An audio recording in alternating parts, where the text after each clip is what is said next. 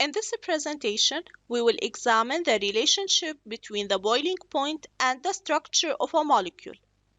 As we know, as the number of the carbon atoms in the molecule increases, the boiling point increases as well. What about if we have the same number of carbon atoms, however, they are arranged in different ways? So these are three molecules with the same molecular formula, which is C6H14. However, the arrangement is different.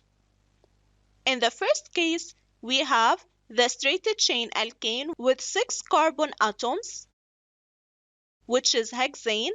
So the molecular formula in this case is C6H14. So we have 6 carbon atoms and 14 hydrogen atoms.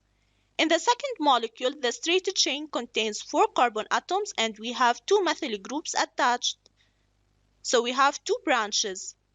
And this is 2,2-dimethylbutane. However, in the third molecule, the main chain contains 5 carbon atoms and we have only 1 branch. So this is 3-methylpentane. Now we have to put these 3 isomers in order of increasing boiling point.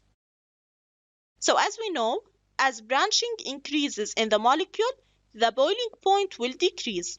So arrange these in order of increasing boiling point. Excellent. So the straight chain has the highest boiling point.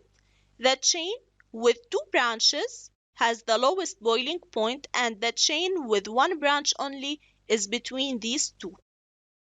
So as branching increases in a molecule, the boiling point will decrease.